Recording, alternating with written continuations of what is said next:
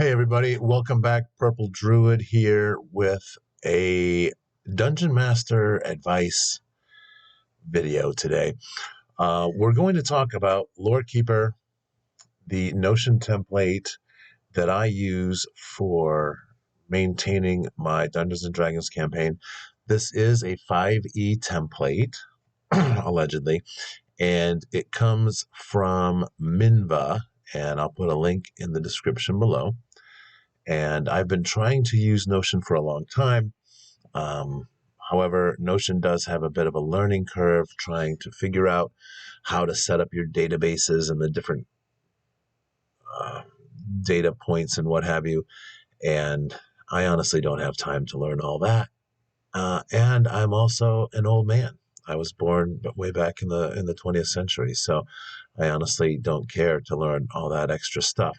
And so I found this, and it was $20, and frankly, it's one of the best $20 I've ever spent on gaming material. So let's take a quick tour, shall we? This is our homepage.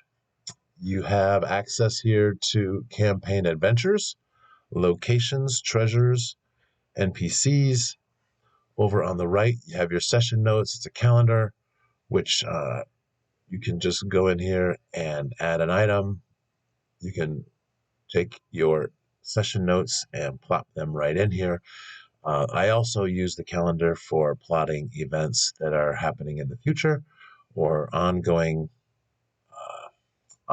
things so that I don't forget them and can post about them or share them with the campaign as needed. Now, one of the really cool things is setting up the NPCs, which they're all here. You can punch them in. You can make them as detailed as you want. I made a sample here. This fellow is Gunther the Werebore. I have not actually used him for anything yet. He's also located in a faraway region where I don't know if anyone will ever bother going. So whether or not I use him, I don't know. So I'm going to go ahead and share it here. Now, you can... He's actually set up with the old Notion setup when I was trying to do this by myself. And so this kind of shows you here, when you click on town,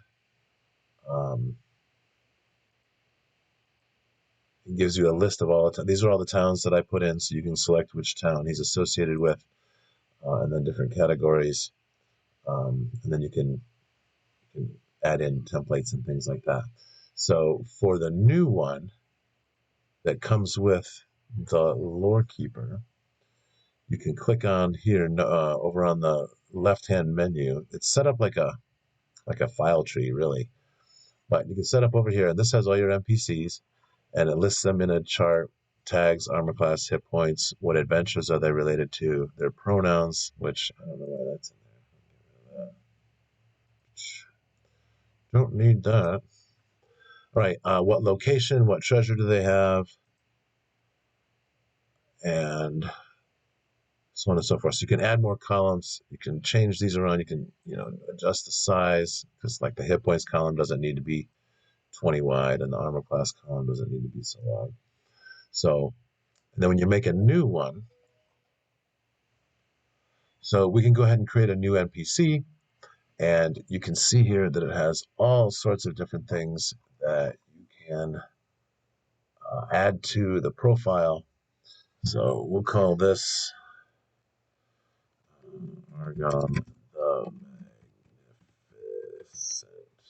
Actually, you know what? No. Let's go ahead.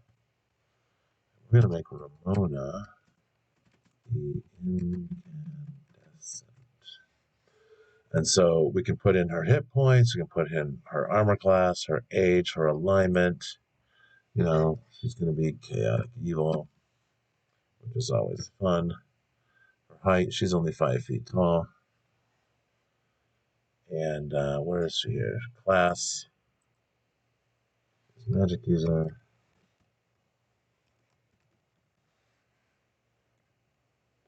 And factions. So this is cool. When you are creating a new NPC, say this one is part of a brand new faction. So let's call this the incandescent of incandescent order of what? What should we call it? Incandescent order of Thomas. There we go. And now there isn't one already, so this is new. So we will create a new faction, and it does that automatically. So now we can come down here and you can click on this, and it's kind of like a wiki in that sense, in that it creates a new page and it automatically links back that Ramona the Incandescent is part of the Incandescent Order. And then when you come down here, this fills in all your extra information. If you want to type in notes or what have you, you can click on Faction, and that gives you a template with a description. Can the party join? Their goals, their values, their secrets, ranks and rules of membership, and the members. As you add additional NPC members, they will show up here and they will show up down here. So that's a really cool feature. And again, it's everything that I wanted in putting together the factions and NPC relationships. And I don't have to do any programming or figure out how any of this works. So to me, that is spectacular. What else do we have here? Like I said, I also had grabbed previously some novel writing templates. And so what I did is inside that one, I have this religion template. And so on the main page of religions, we have all of the different orders or cults or what have you, and they have their own templates. So if you click on the template, you can copy this and paste it into another one. Teachings, places of worship, obligations, etc., etc. I am creating custom cleric classes for each of the patron deities. And so what I'll be doing is adding things in here, especially under obligations and under traditions. We'll have the special abilities, or I'll make a new column for special abilities. But they'll have obligations, so the player characters will need to do certain things while they play that class in order to get a good grade and save money on training.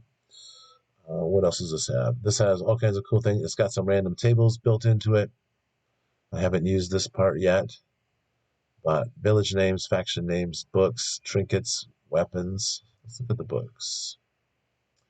Fireside sing-alongs. Oh, yeah. So this is made for 5e, so some of this stuff is kind of silly. Gobbo and Me, a children's book about the dangers of befriending goblins.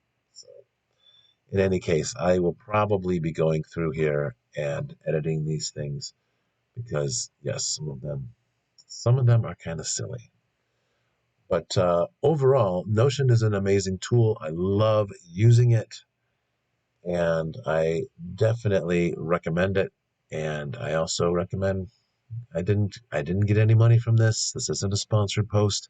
I just like using it.